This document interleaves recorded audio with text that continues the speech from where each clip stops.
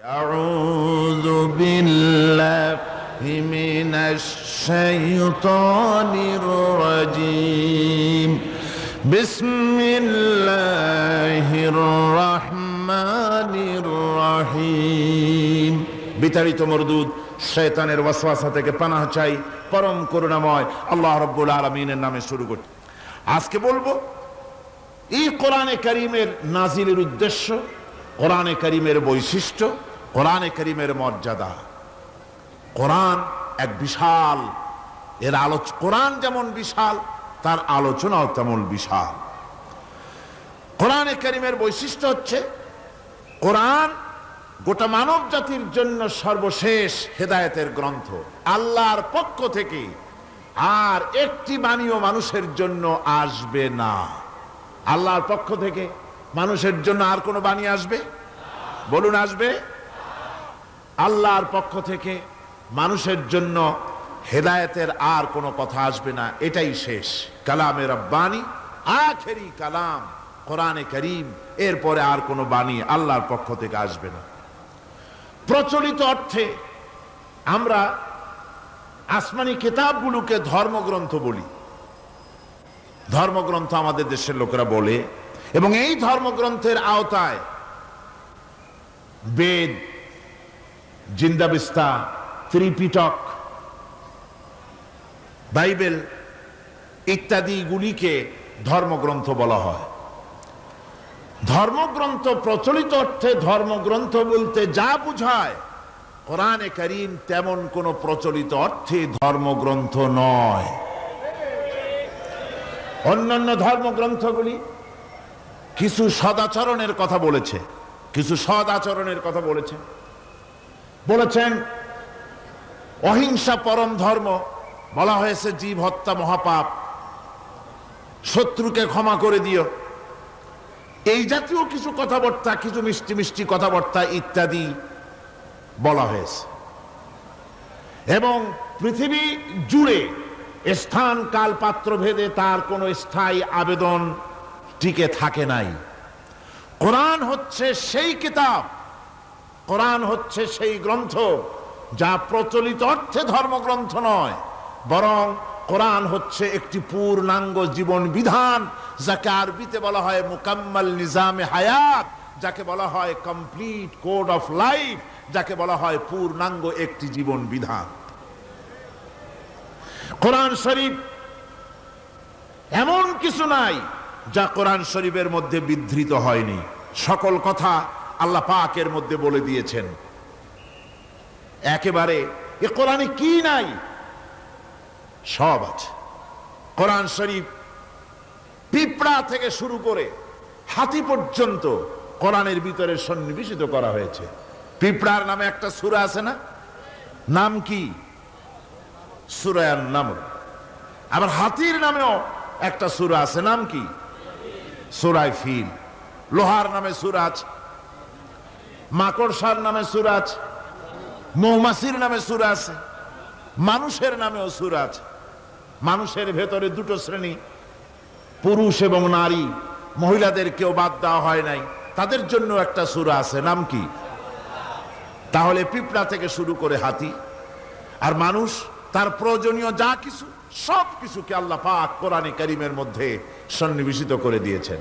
আমি অনেকবার কথা বলেছি, এটা কোনো কোরআন হাদিসের কথা নয়, এটা আমার ধারণার কথা, কোরআন হাদিসের কথা নয়। যেমন কোরআন শরীফের শুরু হয়েছে বিসমিল্লাহ দিয়ে। কি দিয়ে শুরু হয়েছে? বিসমিল্লাহ দিয়ে। প্রথম অক্ষরটা কি? বা। আর শেষ হয়েছে মিনাল জিন্নাতি ওয়ান নাস, শেষের অক্ষর কি? সিন। তাহলে কোরআনের প্রথম অক্ষর বা আর শেষের অক্ষর সিন, দুইটাকে জুড়ে দিলে কি হয়? বাস। আমার কাছে মনে হয় যেন কোরআনে কারীমের ভিতরে আল্লাহ রাব্বুল আলামিন পৃথিবীবাসীদের জন্য যা কিছু প্রয়োজন সব কিছু সন্নিবেশিত করে দিয়েছেন। শুরু করলেন বা দিয়া, শেষ করলেন সিন দিয়া, বাস করে দিলেন যেন বলা হলো পৃথিবীর মানুষেরা, তোমাদের জন্য কিয়ামত পর্যন্ত যা কিছু দরকার সবগুলি আমি আল্লাহ রাব্বুল আলামিন কোরআনের মধ্যে ভরে দিয়েছি। বাস হয়ে গেছে, আর কিছুর প্রয়োজন নাই, আর কিছু প্রয়োজন নাই, সব আমি কোরআনে কারীমের ভেতরে সন্নিবেশিত করে দিয়েছি। সুতরাং কোরআনে কারীমের এই বৈশিষ্ট্য যে অন্য ধর্মগ্রন্থের মতো কোরআন শরীফ নাম সর্বস্ব একটি ধর্মগ্রন্থ নয়, এর মধ্যে রয়েছে মানুষের প্রয়োজনীয় সব কিছু। কোরআনের আরেকটি বৈশিষ্ট্য হচ্ছে যে অন্যান্য ধর্মগ্রন্থগুলির ভেতরে মানুষেরা হাত লাগাইছে, অপারেশন করেছে, বাড়াইছে কমাইছে, সর্বনাশ করে দিয়েছে, ইচ্ছে মতো বাড়াইছে কমাইছে। কমাতে কমাতে কম্বলের লোম বাঁচতে যেমন কিছু থাকে না, নিজেরা নিজেদের কথা ভিতরে ঢুকাতে ঢুকাতে আজকের বাইবেল আল্লাহর কথা শূন্য হয়ে গিয়েছে। বর্তমান পৃথিবীতে লুক, জন, মার্ক, মথি, scripture, New Testament, Old Testament, খ্রিস্টানদের ধর্মগ্রন্থ বলতে যা বুঝায়, এই পুরা ধর্মগ্রন্থ তাদের এই কিতাবগুলির ভিতরে আল্লাহ রাব্বুল আলামিনের একটি কথা নাই, সব তারা শেষ করে ফেলেছে। কোরআন এক্ষেত্রে ব্যতিক্রম।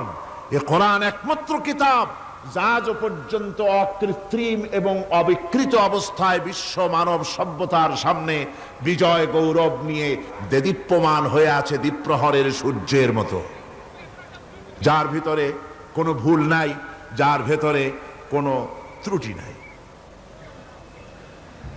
কোরআনে কারীম তার আরেকটি বৈশিষ্ট্য হচ্ছে কোরআন একমাত্র গ্রন্থ যার ভাষা এবং সাহিত্য 1400 বছর ধরে এর ভিতরে কোনো কৃত্রিমতা ঘটেনি। আরবি ভাষা এবং সাহিত্যের সর্বোৎকৃষ্ট নমুনা হিসাবে কোরআন শরীফ টিকে আছে। পৃথিবীর কত ভাষা শেষ হয়ে গিয়েছে, কত ভাষা জন্মগ্রহণ করেছে আর মরে গেছে তার ঠিক নাই। ভাষার উন্নতি যত হচ্ছে, কোরআনে কারীম সমস্ত ভাষা এবং সাহিত্যের মানকে উতরে গিয়ে এমন এক জায়গায় কোরআনের ভাষা সাহিত্য পৌঁছে গেছে যাকে স্পর্শ করা পৃথিবীর কোন ভাষার পক্ষে সম্ভব নয়। কোরআন এক জীবিত ভাষা, জীবন্ত ভাষা। কোরআন আরবি ভাষা, পৃথিবীর অন্তত 38টি দেশের রাষ্ট্রভাষা, স্টেট ল্যাঙ্গুয়েজ আরবি ভাষা। এই আরবি ভাষা আল্লাহ পাক এই কোরআন নাজিল করেছেন, এর মজা ফুরায় না, এর সাহিত্যের মান ফুরায় না। এটা হচ্ছে কোরআনে কারীমের আরেকটি বৈশিষ্ট্য। কোরআনে কারীমের অন্যান্য বৈশিষ্ট্যের ভেতরে আরেকটি বৈশিষ্ট্য হচ্ছে যে এ কোরআনে কারীম একমাত্র কিতাব যেই কিতাবের ভেতরে রয়েছে কোরআনের অনুসারী তাদের নাম এবং কোরআনের অনুসারী তাদের ধর্মের নাম গ্রন্থের ভেতরে আছে, যা অন্য কোনো কিতাবের মধ্যে নাই। সেটা হচ্ছে আমরা যে মুসলমান তা কোথায় পেলাম? আমরা যে মুসলমান এই পরিচিতি কোথায় পেলাম? হুয়া সাম্মাকুমুল মুসলিমিন, এই মুসলমান নাম আল্লাহ কোরআন শরীফে ব্যবহার করেছেন। তিনি আমাদের নাম দিয়েছেন আমরা মুসলমান। আমরা কি মুসলমান? আমাদের নাম এই কিতাবের মধ্যে রয়েছে। আমাদের জীবন ব্যবস্থার নাম, ধর্মের নামও ইন্নাদ-দীনা ইনদাল্লাহিল ইসলাম। ইসলামের নাম, মুসলমানের নাম কোরআনে কারীমের মধ্যে রয়েছে, যা অন্য কোন ধর্মগ্রন্থের মধ্যে নাই। হিন্দু, খ্রিস্টান, বৌদ্ধ এ সমস্ত নাম তাদের নিজেদের বানানো নাম, তাদের ধর্মগ্রন্থের ভিতরে সব নামের কোনো পাত্তা নাই। কোরআনে কারীমের আরেকটি বৈশিষ্ট্য হচ্ছে কোরআন বিশ্বের সর্বাধিক পঠিত গ্রন্থ। এত বেশি পড়া হয়েছে, এ কোরআন পড়া হচ্ছে, এত বেশি পৃথিবীর কোন বই আজ পর্যন্ত পড়া হয় নাই, আর হবেও না।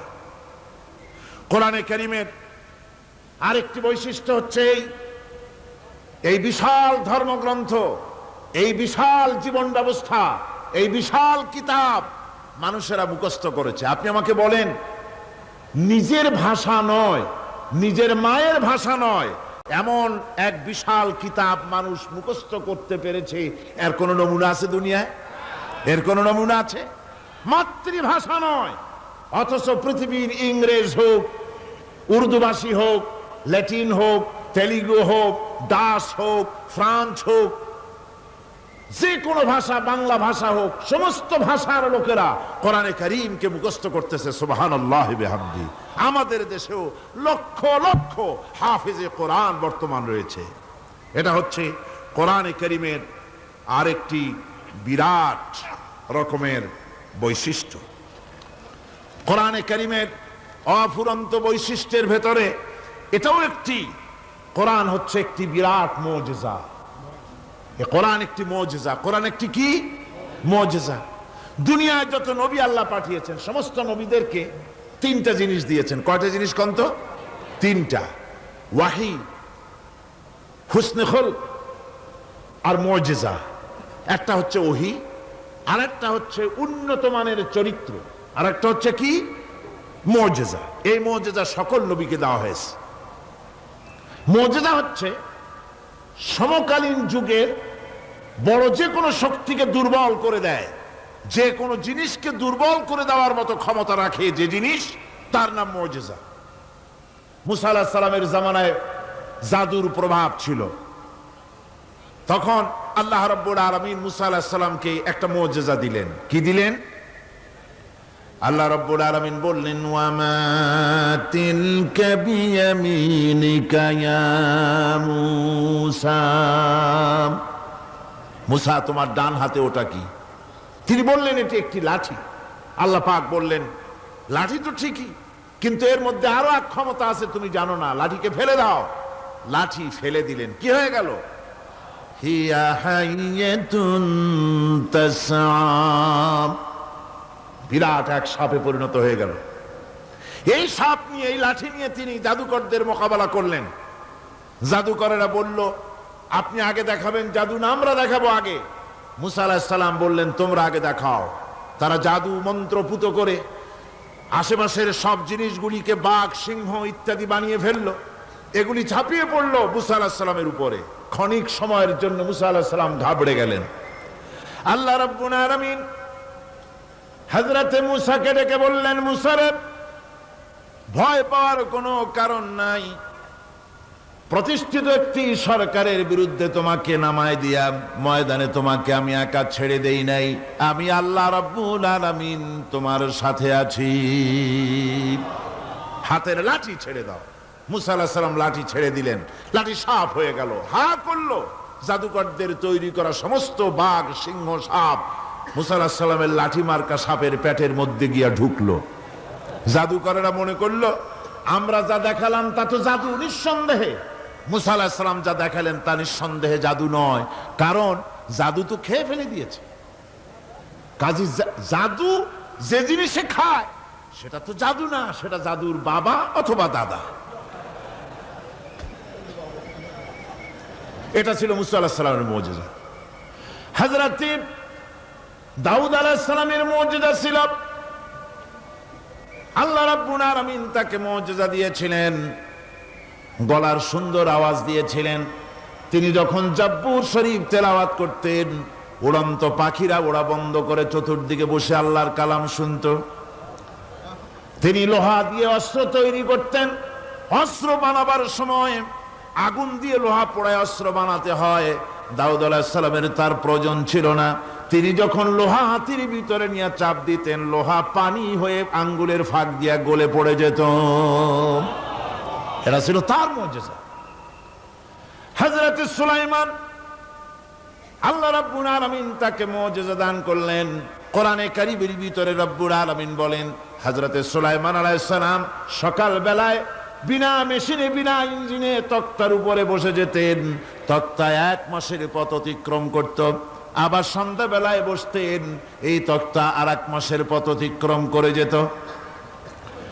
ঈসা আলাইহিস সালামের মুজিজা ছিল, জন্মান্ধের চোখের উপরে হাত বুলিয়ে দিতেন, সঙ্গে সঙ্গে চোখ ভালো হয়ে যেত।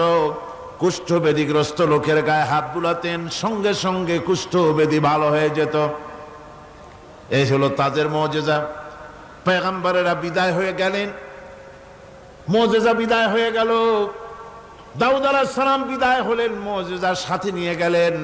তার উম্মতেরা ওই লোহাগুলি আর কেউ গলাতে পারে নাই, আজও কেউ গলাতে পারে না হাত দিয়া চেপে ধরে।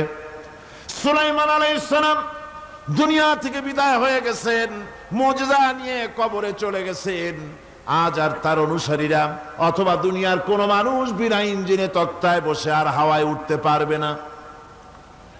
মুসা আলাইহিস সালাম বিদায় হলেন, লাঠির মুজিজা চলে গেল। তার উম্মতেরা, তার অনুসারীরা কিয়ামত পর্যন্ত যদি 1000 চেষ্টা চালায়, লাঠিকে আর কোনোদিন সাপে পরিণত করতে পারবে না। ঈসা আলাইহিস সালাম, আল্লাহ রাব্বুল আলামিন তাকে উঠায় নিলেন, মুজিজা তিনি সাথে নিয়ে গেলেন। আজ তার কোটি কোটি, শত শত কোটি উম্মতেরা, দুনিয়া যারা তার উম্মত দাবি করে, খ্রিস্টানেরা হাজারো যদি চেষ্টা চালায়, তবুও জন্মানদের চোখের উপরে হাত বুলিয়ে চোখ আর ভালো করতে পারবে না। কুষ্ঠবেদীগ্রস্ত লোকের গায়ে হাত বুলিয়ে কুষ্ঠবেদী ভালো করতে পারবে না। তার মানে হলো, নবীরা যে যা যত মুজিজা পেয়েছিলেন, জীবদ্দশায় মুজিজা কাজে লেগেছে, দুনিয়া থেকে বিদায় হয়েছেন, মুজিজার সাথে নিয়ে গেছেন। কিন্তু আপনার আমার নবী, বিশ্ব নবী জনাব মুহাম্মদ রাসূলুল্লাহ সাল্লাল্লাহু আলাইহি ওয়াসাল্লামের কাছে আল্লাহ রাব্বুল আলামিন তাকে যত মুজিজা দিয়েছিলেন, 3000-এর উপরে আল্লাহর নবীর মুজিজা ঘটেছিল 23 বছরের নবুয়তের জীবনে। তার মধ্যে শ্রেষ্ঠ মুজিজা হতেছে কোরআন মাজিদ। আল্লাহর নবী বিদায় হয়ে গেলেন, মুজিজা সাথে নিয়ে যান নাই, মুজিজা রেখে গেলেন দুনিয়ায়। কিয়ামত পর্যন্ত দুনিয়াবাসী, নবীর উম্মতেরা কোরআনের মুজিজা ব্যবহার করতে পারবে। এই কোরআনে কারীম রাসূল করিম সাল্লাল্লাহু আলাইহি সাল্লামের জীবনের শ্রেষ্ঠ মুজিজা। মানুষ পাগল হয়ে গেছে কোরআন শুনে। সুতরাং এই কোরআনের বৈশিষ্ট্য সকল দিক থেকে এক অপূর্ব একটি কিতাবে পরিণত করেছে, যা মানুষকে চিরকাল বিস্ময় হতবাক করে দিয়েছে। কোরআনের আরেকটি বৈশিষ্ট্য হচ্ছে, এই কোরআন এক সময় নাজিল হয় নাই। 30 পারা কোরআন শরীফ একসাথে নাজিল হয়েছে না, কোরআন নাজিল হয়েছে আস্তে আস্তে, ধীরে ধীরে। কত বছর লাগলো? 23 বছরেরও কিছু বেশি সময় ধরে কোরআন ধীরে ধীরে রাসূল করিম সাল্লাল্লাহু আলাইহি সাল্লামের কাছে অবতীর্ণ হয়েছে। এমনটি আর কোনো কিতাব হয়নি, যা আর কোনো ধর্মগ্রন্থ যারা অন্যরা দাবি করে, এরকম হয়নি। কোরআনে কারীমের আরেকটি বৈশিষ্ট্য হচ্ছে, যখন কাগজ ছিল না, ছাপাখানা ছিল না, এমনকি টেপ রেকর্ডার ছিল না, তখনকার নাজিলকৃত কিতাব যেভাবে নাজিল হয়েছিল সেইভাবে আজ পর্যন্ত অবিকল টিকে আছে, টিকে থাকবে ইলা ইয়াউমিল কিয়ামা। কিয়ামত পর্যন্ত কোরআনে কারীমের এই অকৃত্রিম, অবিকৃত অবস্থায় কোরআনে কারীমের এই শান, এই বরকত টিকে থাকবে। এই জন্য কোরআন শরীফ হচ্ছে এই পৃথিবীর মহাবিশ্বের মহাবিস্ময়। কোরআন হচ্ছে পৃথিবীর মহাবিশ্বের মহাবিস্ময়। এর মর্যাদা সম্পর্কে রাসূল করিম সাল্লাল্লাহু আলাইহি ওয়াসাল্লাম বলেছেন, ওয়ান উসমান রাদিয়াল্লাহু তাআলা আনহু আন্নাহু ক্বাল ক্বাল রাসূলুল্লাহ সাল্লাল্লাহু আলাইহি ওয়াসাল্লাম খায়রুকুম মান তাআল্লামাল কুরআন ওয়া আল্লামাহু, রাওয়াহুল বুখারী। আল্লাহর নবী বলেন, তোমাদের মধ্যে সর্বোত্তম ব্যক্তি সেই, তোমাদের ভিতরে ভালো ব্যক্তি, উত্তম ব্যক্তি সেই যে ব্যক্তি নিজে কোরআন শেখে আর অন্যকে শেখায়। কোরআন যে শেখে আর অন্যকে যে শিখায়, সেই ব্যক্তি হলো তোমাদের মধ্যে সর্বোত্তম ব্যক্তি, ভালো ব্যক্তি। সুবহানাল্লাহ পড়েন।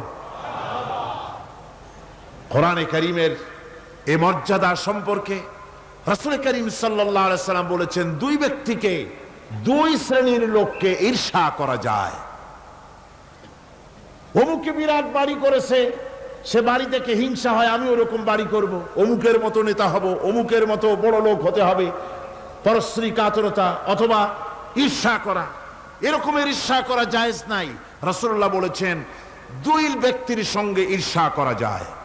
আন ইবনে উমর রাদিয়াল্লাহু তাআলা আনহু আন্নাহু ক্বাল ক্বাল রাসূলুল্লাহ সাল্লাল্লাহু আলাইহি ওয়াসাল্লাম লা হাসাদা ইল্লা আলাল ইসনাইন, দুই ব্যক্তি ছাড়া অন্য কারো সাথে হিংসা করা যায় না, রিস্ক করা যায় না।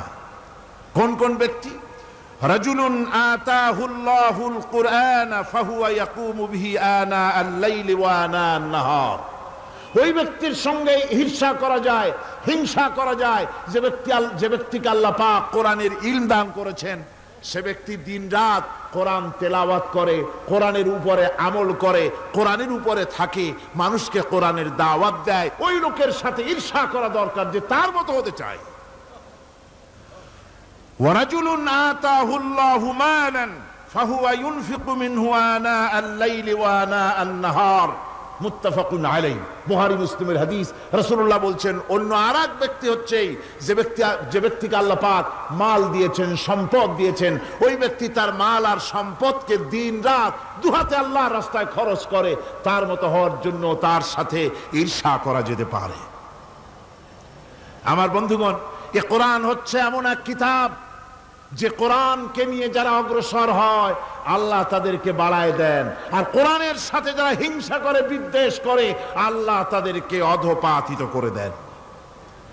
عن عمر بن الخطاب رضي الله تعالى عنه أنه قال قال رسول الله صلى الله عليه وسلم إن الله يرفع بهذا الكتاب أقواما ويضع به آخرين رواه مسلم।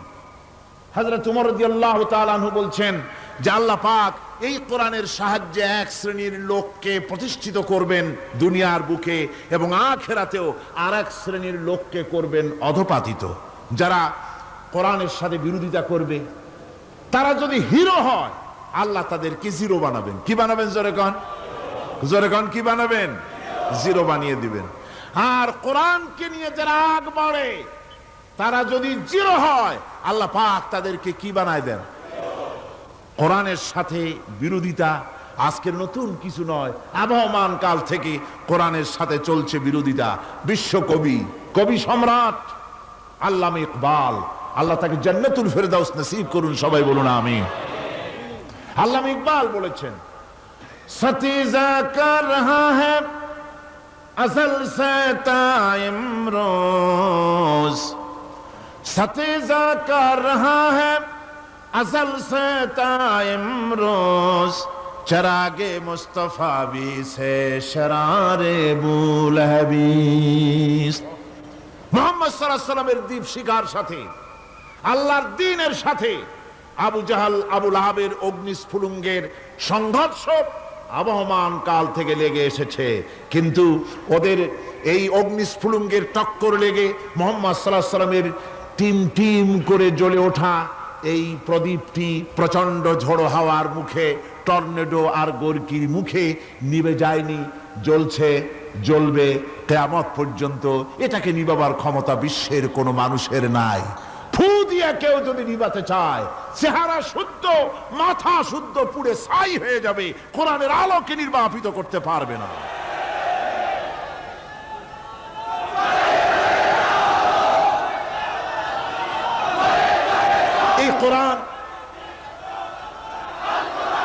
এই কোরআন যার সিনার ভিতরে থাকে, যার সিনার মধ্যে থাকে সে হয় সমৃদ্ধ, আর যার সিনার মধ্যে থাকে না সে হয়। আল্লাহর নবী বলেছেন, ইন্নাল্লাযী লাইসা ফী জাওফিহি শাইউম মিনাল কুরআনি কাল বাইতিল খারিব।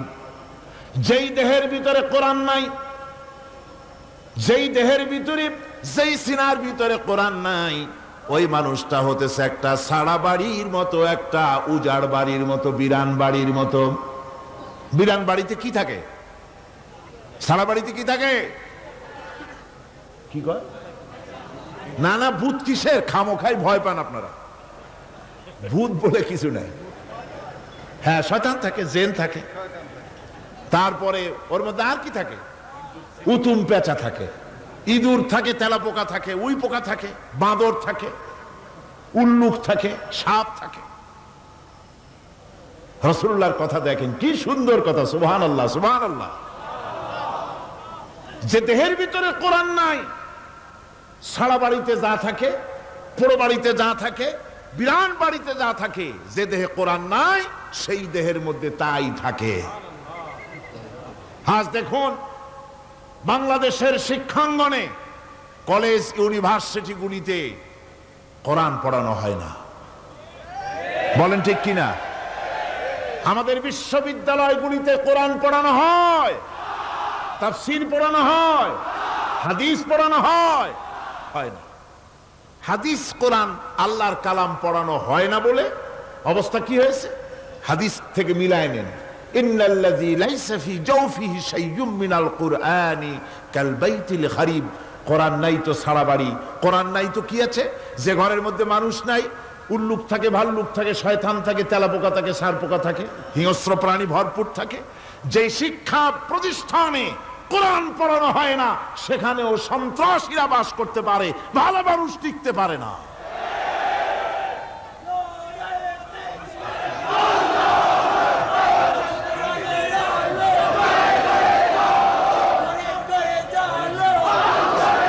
এই জন্য কোরআন যেখানে পড়া হয় না সেটা কবরের তুল্য। কোরআন যেখানে তেলাওয়াত হয় না সেটা কিসের তুল্য? কবরের তুল্য। আল্লাহর নবী বলেছেন, আনাবি হুরায়রা রাদিয়াল্লাহু তাআলা আনহু আন্নাহু ক্বাল ক্বাল রাসূলুল্লাহ সাল্লাল্লাহু আলাইহি ওয়াসাল্লাম লা তাজআলু বুয়ুতাকুম মাকাবির। রাওয়াহু মুসলিম। আল্লাহর নবী বলেন, তোমাদের ঘরগুলিকে তোমরা কবর বানায়ো না। অর্থাৎ যে ঘরের মধ্যে কোরআনে কারীম তেলাওয়াত হয় না সেটা কবরের সমতুল্য। কবরের সমতুল্য। আগে আমাদের ঘর সমূহে যখন ছোট ছিলাম তখন দেখতাম ঘরে ঘরে কোরআন তেলাওয়াত হতো, ঠিক না? প্রত্যেকটা ঘরের জানালা দিয়া সকালবেলায় আওয়াজ আসতো, আউযু বিল্লাহি মিনাশ শাইতানির রাজীম, বিসমিল্লাহির রহমানির রহিম। তেলাওয়াতের আওয়াজ ভেসে আসতো। আজ আর এই অবস্থা নাই। আজ ভদ্রলোকের বাড়ির সামনে দিয়ে হেঁটে যাবেন, সকালবেলা কিসের তেলাওয়াত? জনমের ঘুম ঘুমায়, পাইকারি দরে ঘুমায়, ফজরের নামাজ নাই। শহরের অবস্থা, অধিকাংশ বাড়িতে ফজরের নামাজ হয় না। ডিসেন্টিনার মাধ্যমে, আগে তো শুধু বাংলাদেশের ছবি, ডিসেন্টিনার মাধ্যমে সারা পৃথিবীর শয়তানি আর বদমাশি ঘরে বসে গেলা যায়। উপকারিতা এবং অপকারিতা দুটোই আছে। নিউজ দেখা যায়, সাথে সাথে আবার নিউজের সাথে আরো বাজে কিছু দেখা যায়। এগুলো দেখতে দেখতে রাত শেষ হয়ে আসে, ঘুমায় জনমের মতো, এক ঘুমে বেলা 9টা আর 10টা। কিসের ফজরের নামাজ আর কি এর কোরআন শরীফ তেলাওয়াত করা? এরপরে উঠলো 9টা 10টার সময়, উঠে তারপরে গানের মাস্টার এসে গেছে। তখন ইতিমধ্যেই গানের মাস্টার এসে গেছেন। কি দুর্ভাগ্যজনক সত্য কথা, ইংরেজি যে টিচার পড়ান, অঙ্ক যে টিচার করান, সপ্তাহে 3 ঘন্টা পড়াবেন, বেতন 2500 টাকা। আর প্রতিদিন সকালবেলা এসে যদি কোনো মুসলমান কোনো একজন মৌলভী সাহেব, হাফেজ সাহেবকে রাখেন কোরআন তেলাওয়াত করাবার জন্য, কোরআন পড়াবার জন্য সন্তানকে, প্রতিদিন আসতে হবে, প্রতিদিন 2 ঘন্টা পড়াতে হবে, আর মাসের শেষে বেতন 500 টাকা। কোরআনে কারীমের সাথে এই আচরণ বেশি হয়েছে। ও, আমি বেশি বলে ফেলেছি। যাদের অভিজ্ঞতা আছে তারা বলছেন 200 টাকা। এরপরে অঙ্ক ইংরেজি তো কাজে লাগে, ভালো কথা। তারপরে গানের মাস্টার আসছেন, তিনি শেখাবেন কি? রবীন্দ্রসঙ্গীতের প্যানপ্যানানি, যা শুনলে পরে কানে ময়লা জমে যেতে পারে, যে গান শুনলে জীবিত মানুষ মৃত্যু হয়ে যায়। নজরুলের কথা শেখানো হবে না, তাহলে সেটা হবে সাম্প্রদায়িকতা। গানের মাস্টারকে, নাচের মাস্টারকে 5,000 টাকা, 10,000 টাকা পর্যন্ত বেতন দেওয়া হয়। এ জাতির জন্য আল্লাহর রহমত কেমনে আসবে? কি কারণে আসবে? কোরআনের সাথে এই বেয়াদবি আমরা করেছি। ঘরগুলিকে, আজকে আমাদের ঘরগুলিকে আমরা কবরস্থানে পরিণত করে দিয়েছি। কোরআন তেলাওয়াত হচ্ছে না। আমার বন্ধুগণ, কোরআন তেলাওয়াত করুন, বেশি বেশি তেলাওয়াত করুন, ঘরকে জীবিত করুন, সন্তানকে তেলাওয়াত করান, আপনি নিজেও তেলাওয়াত করেন। কোরআনে কারীম যারা তেলাওয়াত করবেন তাদের সম্পর্কে আল্লাহর নবী বলেন, মান কারাআল কুরআনা ফাস্তাযহারাহু ফাহাল্লা হালালাহু ওয়া হাররামা হারামাহু আদখালাহুল্লাহুল জান্নাহ। আল্লাহর নবী বলেন, যে ব্যক্তি কোরআন শরীফ তেলাওয়াত করবে এবং কোরআনের হালাল অনুযায়ী হালালকে মেনে চলবে, হারাম অনুযায়ী হারাম থেকে ফিরে থাকবে, এরকম কোরআনের উপরে যে তেলাওয়াত করবে আর আমল করবে, আল্লাহ রাব্বুল আলামিন কিয়ামতের দিন তাকে জান্নাতের ভিতরে প্রবেশ করাবেন।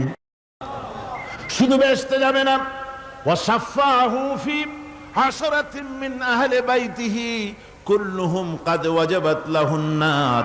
নবীজি বলেন, এই কোরআনে কারীমের বরকতে কিয়ামতের দিন ওই ব্যক্তি তার রক্ত সম্পর্কিত 10 জন আত্মীয়র ব্যাপারে সুপারিশ করার জন্য তৌফিক পাবে আল্লাহর দরবারে। এমন 10 ব্যক্তি, যেই 10 ব্যক্তির জন্য হিসাবের পরে জাহান্নাম ওয়াজিব হয়ে গিয়েছিল, এমন 10 ব্যক্তি সম্পর্কে কোরআনের তেলাওয়াতকারী আর আমলকারী আল্লাহর দরবারে সুপারিশ করার জন্য পারমিশন পাবেন।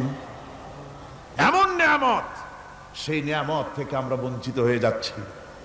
আমি বলি না যে আপনারা কলেজ ইউনিভার্সিটিতে ছেলেদের পড়তে দিবেন না, আমি তা বলি না। তারা কলেজ ইউনিভার্সিটিতে বিলক্ষণ পড়াশোনা করুক, কিন্তু তাদেরকে কোরআন শরীফ শিখান। লক্ষ লক্ষ টাকা খরচ করলেন ছেলের পেছনে, কিন্তু কোরআন শিখালেন না। আপনি মরে গেলে আপনার জানাজাটা পড়বে, এ তৌফিকও সে পেল না। জানাজার ইমামতি তো দূরের কথা, জানাজার নিয়ত জানে না, পাক পবিত্রতা জানে না। বাপ মরে গেছে, সে তখন ছিল মার্কেটে, শুনলো বাপ মরছে, তাড়াতাড়ি জানাজায় শরীক হতে হবে। প্যান্টও পাক নাই, যেহেতু পেশাবের যখন বেগ এসেছিল দেওয়ালের পাশে দাঁড়াইয়া কাম সারছে, দোয়া মোছার কাম নাই, মাথায় টুপি নাই, নাক মোছা রুমাল ছিল পকেটে, রুমালটা মাথায় দিয়া দাঁড়ায় গেল, আল্লাহু আকবার। বাপের কপালে যা আছে তাই হোক। তারপরে বাপ মরে গেছে, কান্না শুরু করেছে। যেদিন মরছে সেদিন কানতেছে, পরের দিনও একটু মুখ মলিন কান্দে। নাম বল্টু মিয়া। তার আবার এক বন্ধু আছে, তার নাম শান্টু মিয়া। শান্টু মিয়া বলছে, মিয়া বল্টু কান্দো কেন? কয় বাপ মরে গেছে। কয় এগুলো বাঁচে নাকি? এগুলো মরিয়ে যায়, আমার একটা ছিল ওটাও মরছে। চিরকাল কারো বাপ থাকে না, সুতরাং এত মন খারাপ কেন? আসো, ইন্ডিয়া থেকে ভালো একটা বই আসছে, সেইটা দেখে এত আনন্দ পাবে। বাপ তো বাপ, 14 গোষ্ঠী মরলেও মনের দুঃখ মুছে যাবে। এরপরে বাড়ি এনে তাকে সিনেমার ছবি দেখানো হলো। ছবি সে দেখলো, ফেরার সময় বাপের কবরের কাছ থেকে যাওয়ার সময় দাঁড়িয়ে গেল ক্ষণিকের জন্য। আহারে বাপ, বিদায় হয়ে গেলা, কি দেব তোমারে? কিছু তো নাই আমার কাছে, তাই সারা রাত ধরে যা কিছু দেখলাম এগুলি তোমার আমলনামায় দিয়ে গেলাম। জোরে কর নাউজুবিল্লাহ। আমি সমস্ত পিতাদেরকে বলতে চাই, সন্তানদেরকে কোরআন শিখান, কাজে লাগবে। কোরআন শিখালে কাজে লাগবে। কোরআন শরীফ মুখস্থ করে, বেশি করে মুখস্থ করেন কোরআনে কারীম, আপনার ফায়দা হবে। হযরত ওমর রাদিয়াল্লাহু তাআলা আনহু বর্ণনা করছেন যে রাসূল কারীম সাল্লাল্লাহু আলাইহি ওয়াসাল্লাম বলেছেন, ইউকালু লিসাহিবিল কুরআনি ইকরা ওয়ারাত্তিল কামা কুনতা তুরাত্তিলু ফিদ দুনিয়া। কিয়ামতের দিন জান্নাতীদেরকে, বেহেশতীদেরকে আল্লাহ রাব্বুল আলামিন বলবেন, কোরআন শরীফ তেলাওয়াত করো আর উপরের দিকে উঠতে থাকো। কোরআনে যেভাবে দুনিয়ার বুকে কোরআনে কারীম তুমি মুখস্থ করেছিলে, ধীরে ধীরে তেলাওয়াত করতে, ওইভাবে ধীরে ধীরে কোরআন তেলাওয়াত করো আর উপরের দিকে উঠতে থাকো। আল্লাহ পাক বলতে থাকবেন, উপরের দিকে ওঠো, তেলাওয়াত করো আর ওঠো। উঠতে উঠতে যেই জায়গায় গিয়ে তোমার তেলাওয়াত শেষ হয়ে যাবে, জান্নাতের ওই জায়গাটা তোমার জন্য বরাদ্দ হবে। আবু দাউদ শরীফের হাদিস। জান্নাতের ওই জায়গাটা তোমার জন্য বরাদ্দ হবে। এখন যাদের শুধু সূরা ইখলাস আর সূরা কাউসার মুখস্থ, তারা তো 2 পা আগাই বসে যাবে, উঠতে পারবেন না। বেশি বেশি মুখস্থ করেন, হাফেজে কোরআন হন, অথবা হাফেজের মতো হন, বেশি বেশি মুখস্থ করেন সূরা ইয়াসিন, সূরা দুখান, সূরা আর রহমান, সূরা ওয়াকিয়া, সূরা মুজাম্মিল, এই সমস্ত সূরা, বেশি সূরা আল আরাফ, সূরা কাহাফ, সূরা মারিয়াম ইত্যাদি মুখস্থ করেন। কিয়ামতের দিন কাজে লাগবে, জান্নাতের অত উঁচায় উঠতে পারবেন। হাফেজ যে কোন জায়গায় যাবে, সুবহানাল্লাহি ওয়া বিহামদিহি, 30 পারা কোরআন যার সিনার ভিতরে, জান্নাতের কোন জায়গাটা আল্লাহ তাকে বরাদ্দ করবেন। সুবহানাল্লাহ, সুবহানাল্লাহ। কোরআনে কারীমকে মুখস্থ করুন, বেশি করে মুখস্থ করুন। কোরআনে কারীমকে বেশি করে তেলাওয়াত করুন। এই কোরআনে কারীমকে যারা বেশি করে তেলাওয়াত করবে, তেলাওয়াত করতে গিয়ে যারা আল্লাহর কাছে কিছু চাওয়ার সময় পাবে না, তাদের সম্পর্কে রাসূল করিম সাল্লাল্লাহু আলাইহি ওয়াসাল্লাম বলেছেন হাদিসে কুদসি, হাদিসে কুদসি রাসূল করিম সাল্লাল্লাহু আলাইহি ওয়াসাল্লাম বলেছেন, ইয়াকুলু রাব তাবারাক ওয়া তাআলা মান শাগালাহুল কুরআন আন যিকরি মাসআলাতি আতাইতুহু আফজালা মা উতিয়াস সাইলিন। আল্লাহর নবী বলেন, আমার আল্লাহ পাক বলেছেন, কোরআন তেলাওয়াত করতে গিয়ে যারা ব্যস্ত থাকে, কোরআন তেলাওয়াত করতে করতে যারা আমার কাছে হাত পেতে কিছু চাওয়ার সময় পায় না, যারা আমার কাছে হাত পেতে কিছু চায়, তাদের থেকে তেলাওয়াতকারীদেরকে আমি রব্বুল আলামিন বেশি করে দেই। সুবহানাল্লাহ। কোরআন তেলাওয়াত করতে করতে যারা আল্লাহর কাছে হাত পেতে চাওয়ার সময় পায় না, আল্লাহ পাক বলেন যারা চায় তাদের থেকে তেলাওয়াতকারীকে আমি বেশি দেই। আমার বন্ধুগণ, শুধু তাই নয়, এ কোরআনে কারীম যারা তেলাওয়াত করবে, আমল করবে, কিয়ামতের দিন তার মা বাপের মাথার উপরে আল্লাহ রাব্বুল আলামিন, আবু দাউদ শরীফের হাদিসে এসেছে, তার মা বাপের মাথার উপরে নূরের টুপি পরিধান করানো হবে। এমন নূরের টুপি, এমন নূরের তাজ পরানো হবে, চন্দ্র সূর্যের আলোকে ম্লান করে দেবে। হাসরবাসীরা প্রশ্ন করবেন, এ লোকটি কে? কোন ফেরেশতা নাকি? বলে না। কোন নবী নাকি? বলে না। তবে কি ইনি কে? জবাব হবে, ইনি হচ্ছেন সেই ব্যক্তি যিনি তার সন্তানদেরকে কোরআন শিখিয়েছিলেন। কোরআন শিখানোর কারণে আল্লাহ রাব্বুল আলামিন আজ তার মা বাপের মাথার উপরে নূরের টুপি পরিধান করে হাসরের ভিতরে মর্যাদা দিলেন। কিয়ামতের দিন দুনিয়া মর্যাদা পাওয়া যাবে, আখিরাতেও মর্যাদা পাওয়া যাবে যদি কোরআনে কারীমকে তেলাওয়াত করা যায়, আমল করা যায়, বোঝা যায়, তাহলে এই সমস্ত নিয়ামত আল্লাহ পাক দান করবেন। সুতরাং এই এত বড় নিয়ামত থেকে আমরা যেন কেউ বঞ্চিত হয়ে না যাই। কোরআন হচ্ছে এমন এক কিতাব যার তাফসীর লেখা হয় নাই। পৃথিবীতে এমন কোনো ভাষা নাই, পৃথিবীর উল্লেখযোগ্য সবগুলি ভাষায় কোরআনে কারীমের তাফসীর লেখা হয়েছে, কিন্তু কোন মুফাসসির আজ পর্যন্ত কথা বলেন নাই যে আমি যে তাফসীর লিখছি এর চাইতে ভালো তাফসীর আর কেউ লিখতে পারেও নাই আর পারবেও নাই, এটা শেষ, আর তাফসীর লেখা লাগবে না।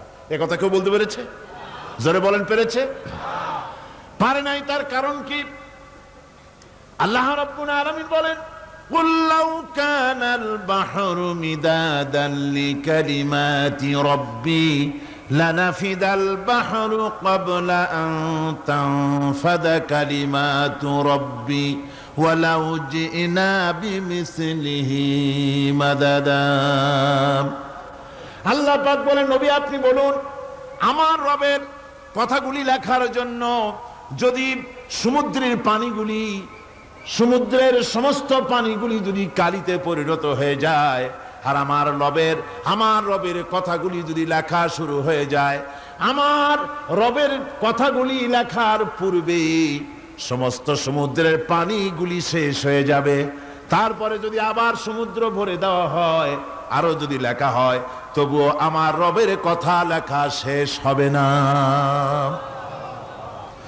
আল্লাহ রাব্বুল আলামিন বলেন, وَلَوْ أَنَّ مَا فِي الْأَرْضِ مِنْ شَجَرَةٍ أَقْلَامٌ وَالْبَحْرُ يَمُدُّهُ مِنْ بَعْدِهِ سَبْعَةُ أَبْحُرٍ مَا نَفِدَتْ كَلِمَةُ اللَّهِ। আল্লাহ রাব্বুল আলামিন বলেন, মা নাফিদাত কালিমাতুল্লাহ।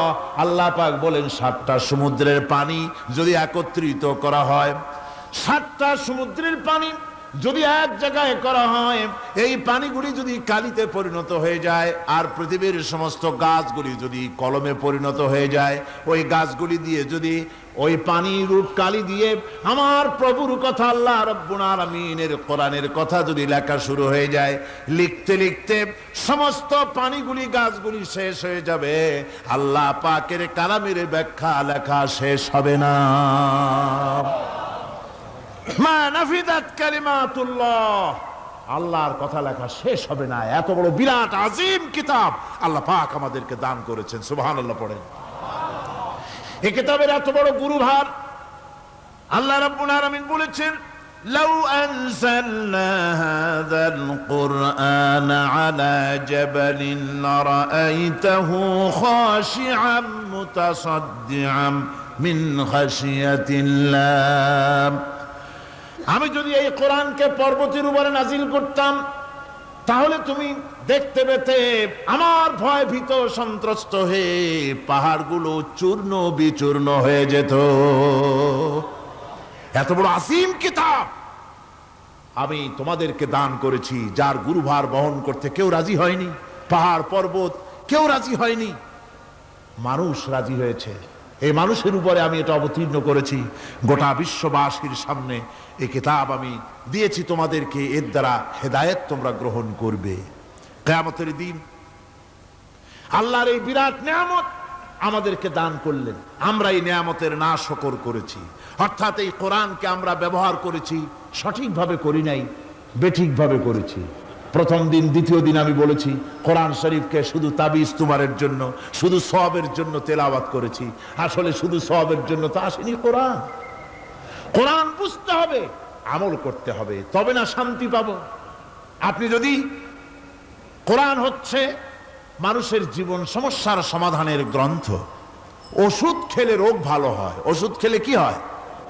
কেউ যদি সকাল বেলায় তসবিহ হাতে নিয়ে 500 বার পরে ওষুধ ওষুধ ওষুধ 500 বার পড়লো, রোগ কি ভালো হবে? বরং রোগ আরো বাড়তে পারে চিল্লাইতে চিল্লাইতে।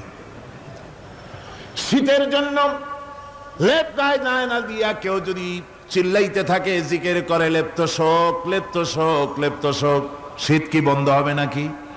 পানির পিপাসায় ছটফট করে মানুষ যদি চিল্লায় পানি পানি পানি পানি পানি, পানির পিপাসা আরো বাড়বে। তাহলে কি বোঝা গেল? পিপাসা লাগলে পানি পান করতে হবে, শীত লাগলে কম্বলটা গায়ে দিতে হবে, রোগ হলে ওষুধটা খেতে হবে, তাহলে সব সমস্যার সমাধান হবে। অনুরূপভাবে আমরা শুধু কোরআনে কারীমকে তেলাওয়াত করি সওয়াবের নিয়তে, তার হুকুমগুলি জীবনের উপরে আমল করি না বলে আজকের জীবন আমাদের বিপর্যস্ত হয়েছে। ব্যক্তিতে, পরিবারে, রাষ্ট্রে শান্তি নাই, কোথাও শান্তি নাই এই কারণে। আর কিয়ামতের দিন রাসূল আসামি করবেন তাদেরকে যারা কোরআন অমান্য করেছে। রাসূল হবেন বাদী। বাদী হবেন কে? যারা বলেন কে বাদী হবেন? রাসূল। আসামি হবে কারা? যারা কোরআন ছেড়ে দিয়েছে। আল্লাহ রাব্বুল আলামিন বলেন, وقال الرسول يا رب إن قومي اتخذوا هذا القرآن مهجورا। কিয়ামতের দিন রাসূল আল্লাহর দরবারে ফরিয়াদ করবেন, আয় আমার রব, আয় আমার আল্লাহ তাআলা, এই সমস্ত লোকগুলি তোমার কালামকে, তোমার কোরআনকে অপ্রয়োজনীয় জিনিস বলে তারা পরিত্যাগ করেছিল। কোরআনকে অপ্রয়োজনীয় মনে করেছে, কোরআনের সাথে ঠাট্টা করেছে, বিদ্রুপ করেছে। কোরআন শিক্ষা ভিক্ষার ঝুলি, শেখার বুলি মনে করেছে। কোরআনের কোনো মূল্য দেয় নাই, কোরআনের কোনো দাম দেয়নি, কোরআনের সাথে ঠাট্টা করেছে, কোরআনের আইনের সাথে ঠাট্টা করেছে, বিদ্রুপ করেছে। আমার বন্ধুগণ,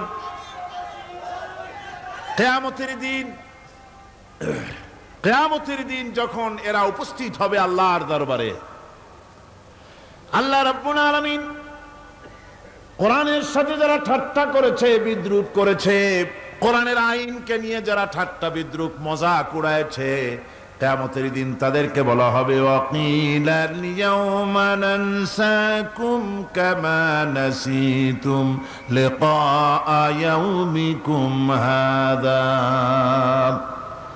কিয়ামতের দিন আল্লাহ রাব্বুল আলামিন কোরআনের ঠাট্টাকারী, কোরআনের বিদ্রুপকারী, কোরআনের আইনের অমান্যকারীদেরকে বলবেন আমি আজকে তোমাদের ভুলে গেলাম, যেমন করে তোমরা এই দিনে আমার সঙ্গে সাক্ষাৎকারের কথা ভুলে গিয়েছিলে।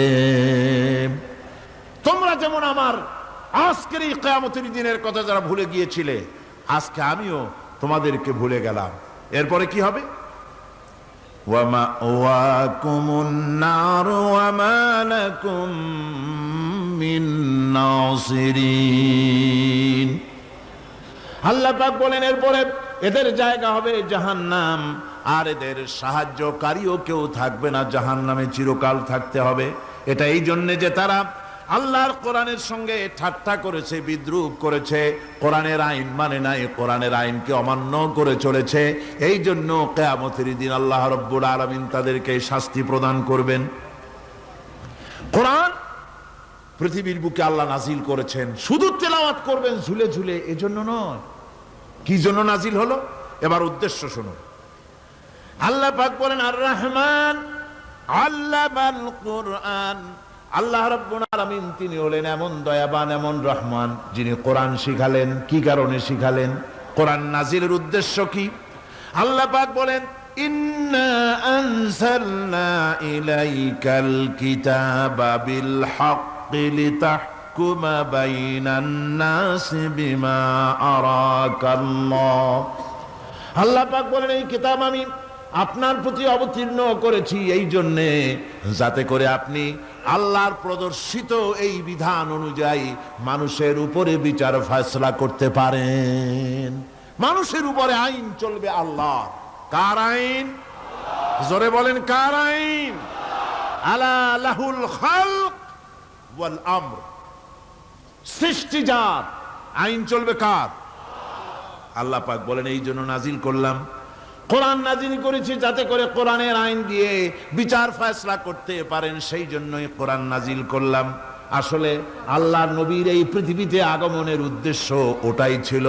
হুয়াল্লাযী আরসালা রাসূলাহু বিল হুদা ওয়া দীনিল হক লিইয়ুযহিরাহু আলাদ-দীনি কুল্লিহি ওয়া কাফা বিল্লাহি শাহীদা। আল্লাহ রাব্বুল আলামিন বলেন আমি আমার রাসূলকে দ্বীনে হক, সত্যের বিধান সহকারে দুনিয়ায় প্রেরণ করেছি। লিইয়ুযহিরাহু আলাদ-দীনি কুল্লিহি আয় লিইয়ুগলিবাহু আলা সাইরিল আদিয়ান। সমস্ত আদিয়ানে বাতিলের উপরে আমার দ্বীনকে বিজয়ী করে দেওয়ার জন্য আমি রাসূলের কাছে কিতাব সহকারে তাকে অবতীর্ণ করেছি। এ দায়িত্ব শুধু মুহাম্মদ সাল্লাল্লাহু আলাইহি ওয়াসাল্লামের ছিল না, দুনিয়ার উপরে আল্লাহর দ্বীন কায়েম করা, আল্লাহর বিধান অনুযায়ী মানুষের বিচার ফয়সালার দায়িত্ব শুধু মুহাম্মদ সাল্লাল্লাহু আলাইহি ওয়াসাল্লামের ছিল না, সমস্ত নবীদের ছিল। কাদের ছিল? সব নবীদের ছিল।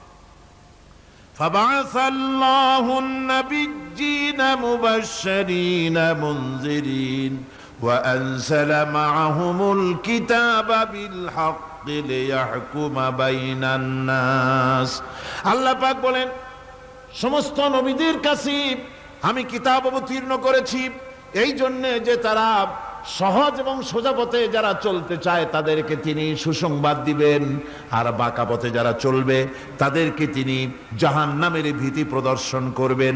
আর আমি তার উপরে যে কিতাব অবতীর্ণ করেছি এই কিতাব দিয়ে জনগণের উপরে বিচার ফয়সালা করবে, আইন চলবে আল্লাহর কিতাব দিয়ে। আইন চলবে কি দিয়ে? আল্লাহর কিতাব দিয়ে। আল্লাহর কিতাব অনুযায়ী জনগণকে পরিচালিত করবেন। এই জন্য আমি এই কোরআনকে নাজিল করেছি, অতীতেও এই কিতাবগুলি নাজিল করেছি। কুল ইয়া আইয়ুহান নাসু ক্বাদ জাআকুমুল হাক্কু মির রাব্বিকুম। আল্লাহ পাক বলেন নবী আপনি বলে দেন, আপনি বলুন হে মানব সকল, আল্লাহর পক্ষ থেকে তোমাদের জন্য মহাসত্য এসেছে। এই মহাসত্য যদি অনুসরণ করো তোমাদের জন্য কল্যাণকর হবে। ওমান দাল্লা ফাইন্নামা ইয়াদুল্লু আলাইহা। আর যদি কোরআনকে অমান্য করো, আল্লাহর কিতাবকে অমান্য করো, তাহলে তোমাদের জন্য অকল্যাণ হবে। আজ আপনারা বলেন আল্লাহর কিতাবের আইন কি আমাদের দেশে চলে? কোরআনের আইন কি চলে? চলে না। কোরআনের আইন চলে না। আমরা কি খুব শান্তিতে আছি? খুব আরামে আছি? শ্রমিকরা তাদের শ্রমের মূল্য পায়, কৃষক তার উৎপাদিত পণ্যের সঠিক দাম পায়, নারী তার সতীত্বের মর্যাদা পায়, জনগণ কি আরামে ঘুমাতে পারে? না, জনগণ রীতিমতো দুবেলা পেট পুরে সমস্ত জনগণ খেতে পারে। এর একমাত্র কারণ হচ্ছে কোরআনের আইনকে অমান্য করা হয়েছে। ভালো করে কান পেতে শুনুন, আল্লাহ রাব্বুল আলামিন কোরআনে কারীমের মধ্যে পরিষ্কার করে বলেছেন, ওয়ামান লাম ইয়াহকুম বিমা আনজালাল্লাহু ফাউলাইকা হুমুল কাফিরুন। যারা নাকি আমার দেওয়া বিধান অনুযায়ী, কোরআন অনুযায়ী যারা বিচার ফয়সালা করে না, ফাউলাইকা হুমুল কাফিরুন, ফাউলাইকা হুমুজ জালিমুন, ফাউলাইকা হুমুল ফাসিকুন। যারা আমার দেওয়া বিধান অনুযায়ী বিচার ফয়সালা করে না, তারা কাফির, তারা জালিম, তারা ফাসিক।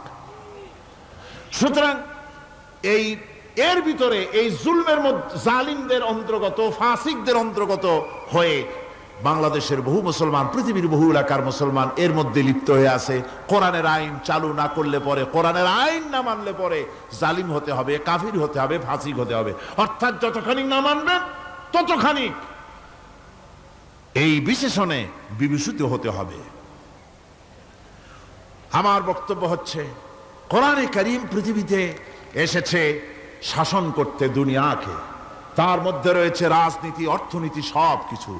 এই বিচার ফয়সালা কোরআন থেকে যারা গ্রহণ করে না, রাসূলকে যারা বিচারক মানে না, তাদের সম্পর্কে আল্লাহ পাক কি বলছেন শুনুন।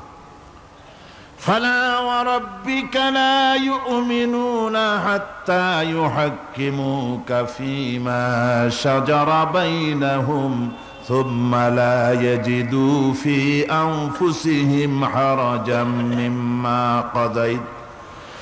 مما قضيت ويسلموا تسليما। আল্লাহ রাব্বুল আলামিন বলেন, ফালা ওয়া রাব্বিক, কখনো নয় হে নবী, আপনার রবের কসম, কখনোই নয়। ওরা মুমিন নয় যারা নাকি তাদের জীবনের সব কিছুর ব্যাপারে যতক্ষণ পর্যন্ত আপনাকে বিচারক না মানে, আপনার দেওয়া ফয়সালাকে গ্রহণ না করে, এবং আপনি বিচার করার পর ফয়সালা দেওয়ার পরে এটার উপরে দ্বিধাহীন চিত্তে মেনে যতক্ষণ না নিবে, ততক্ষণ পর্যন্ত তারা যত ঈমানের দাবি করুক, তারা আসলে মুমিন না। এ ফতোয়া কার? এ ফতোয়া কার? আল্লাহ রাব্বুল আলামিনের ফতোয়া। কখনো মুমিন হতে পারবে না যারা রাসূলুল্লাহকে ফয়সালাকারী হিসেবে গ্রহণ না করবে, কোরআনকে সংবিধানের উৎস হিসেবে গ্রহণ না করবে। কোরআন এসেছে আইনের কিতাব হিসেবে পৃথিবীর মানুষকে পরিচালিত করার জন্য। আজ এই কোরআনের আইন যারা মানে সেখানে শান্তি পায়, কোরআন যেখানে মানে না সেখানে শান্তি হয় না। রাসূল করিম সাল্লাল্লাহু আলাইহি ওয়াসাল্লাম 23 বছর ধরে কঠিন সাধনা করে, কঠিন সাধনার মাধ্যমে আল্লাহর এই কোরআনের আইন দিয়ে এমন একটি সুন্দর সমাজ প্রতিষ্ঠা করেছিলেন, যেই সমাজে চুরি ছিল না, ডাকাতি ছিল না, জেনা ছিল না, ব্যভিচার ছিল না, হত্যা ছিল না, মানুষ আরামে ঘুমিয়েছিল ঘরের দরজা খুলে। সুবহানাল্লাহ ওয়া বিহামদিহি।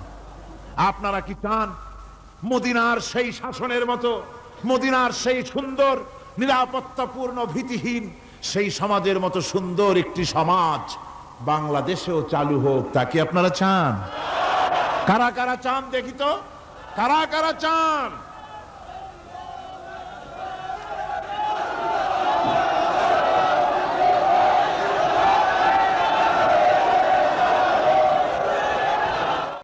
আমিন। ربنا ظلمنا أنفسنا وإن لم تغفر لنا وترحمنا لنكونن من الخاسرين। রব্বুল আলামিন দীর্ঘ রজনী পর্যন্ত তোমার বান্দারা লক্ষ লক্ষ মানুষ কোরআনে কারীমের কথা শুনেছে, তোমার হাবিবের কথা শুনেছে। আয় আল্লাহ তাআলা, তুমি দয়া করে মেহেরবানি করে তেলাওয়াত এবং দরুদ ও সালামের সওয়াব রাসূল করিম সাল্লাল্লাহু আলাইহি ওয়াসাল্লামের রূহ মুবারকে পৌঁছিয়ে দাও। রব্বুল আলামিন, আমরা যারা হাত তুলেছি এর মধ্য থেকে মা বাপ যাদের দুনিয়া থেকে জনমের মতো বিদায় হয়ে গেল, আল্লাহ তুমি দয়া করে মেহেরবানি করে আমাদের মা বাপের কবরগুলিকে জান্নাতের টুকরা বানাইয়া দিও। রব্বিরহামহুমা কামা রব্বায়ানি সগীরা, রব্বিরহামহুমা কামা রব্বায়ানি সগীরা। হায় আল্লাহ রাব্বুল আলামিন, সারা জীবন আমরা গুনাহ করেছি, নাফরমানি করেছি। আল্লাহ, কোরআনে কারীমের মাহফিলে এসে তোমার দরবারে কাঙ্গালের মতো হাত তুলেছি, দয়া করে মেহেরবানি করে জিন্দেগীর সকল গুনাহ খাতা তুমি মাফ করে দাও। রব্বুল আলামিন, আমাদের ভিতরে বহু মানুষ রোগী আছে, অসুস্থ আছে, প্রতিদিন অনেক চিঠি আসে, দোয়া আছে। আল্লাহ, তুমি দয়া করে মেহেরবানি করে আমাদের সকলের রোগ ব্যাধিগুলিকে তুমি শেফায়া জেলা দিয়ে দাও। রব্বুল আলামিন, মা বোনেরা কষ্ট করে প্রতিদিন আসেন, আল্লাহ তুমি তাদের ব্যাধি মাফ করে দিও, ইমানের সাথে পর্দার সাথে চলাফেরার তৌফিক দিও, স্বামী এবং সন্তান সহ ইমানে শান্তিতে বসবাস করার তৌফিক দিও। তুমি বলেছো দুউনি আস্তাজিব লাকুম, আমাকে ডাকো আমি ডাকের সাড়া দেব। রব্বুল আলামিন, তোমার কথার উপরে সম্পূর্ণ ঈমান আমাদের আছে। আয় আল্লাহ, সেই ঈমান নিয়ে, সেই মনোবল নিয়ে তোমার রহমতের দরবারে আমরা হাত পেশ করেছি। আল্লাহ, তুমি আমাদের হাত ফিরাইয়া দিও না। এ মাহফিলের বরকতে সমস্ত মানুষের ভিতরে মোহাব্বত পয়দা করে দাও। আল্লাহ, হিংসা বিদ্বেষ দূর করে দাও। আয় আল্লাহ, এই কোরআন দিয়ে বাংলাদেশ শাসিত হচ্ছে, এই দৃশ্যটা আমাদেরকে একবারের জন্য যদি হয় আল্লাহ চোখে দেখায় দিও। আল্লাহ, এই দৃশ্যটা একবার আমাদের চোখে দেখার তৌফিক দান করে দিও। আল্লাহ রব্বুল আলামিন, আজকের মুনাজাতকে কবুল করে নাও। ওলামা হাজারাত যারা এসেছেন, আল্লাহ তুমি দয়া করে সমস্ত ওলামা হাজারাতদেরকে ঐক্যবদ্ধ হওয়ার তৌফিক দাও, দ্বীনের পরিপূর্ণ খেদমতের তৌফিক দাও। সাংবাদিক ভাইয়েরা প্রতিদিন কষ্ট করতেছেন, সুন্দর করে লিখে লিখে রিপোর্ট করছেন। আল্লাহ, সাংবাদিক ভাইদেরকেও দ্বীনের খেদমত, কোরআনের খেদমত করার যোগ্যতা বাড়িয়ে দাও। চিকিৎসাবিদ, প্রকৌশলী, কৃষিবিদ, তারপরে দেশের প্রশাসনিক দায়িত্বশীল যারা আছেন, বিভিন্ন সেক্টরে যারা কাজ করছেন, জজ, barrister, magistrate, DC, SP, police, BDR, army, যিনি যেখানে আছেন সকলকে আল্লাহ তোমার দরবারে তোমার গোলাম হিসাবে কবুল করে নাও। আল্লাহ, সকলকে ইসলামের দায়িত্ব ঈমানের সাথে পালন করার তৌফিক দাও। রব্বানা তাকাব্বাল মিন্না ইন্নাকা আনতাস সামিউল আলিম وتب علينا إنك أنت التواب الرحيم سبحان ربك رب العزة عما يصفون وسلام على المرسلين الحمد لله رب العالمين واجعل آخر كلمة عند الموت لا إله إلا الله محمد رسول الله السلام عليكم ورحمة الله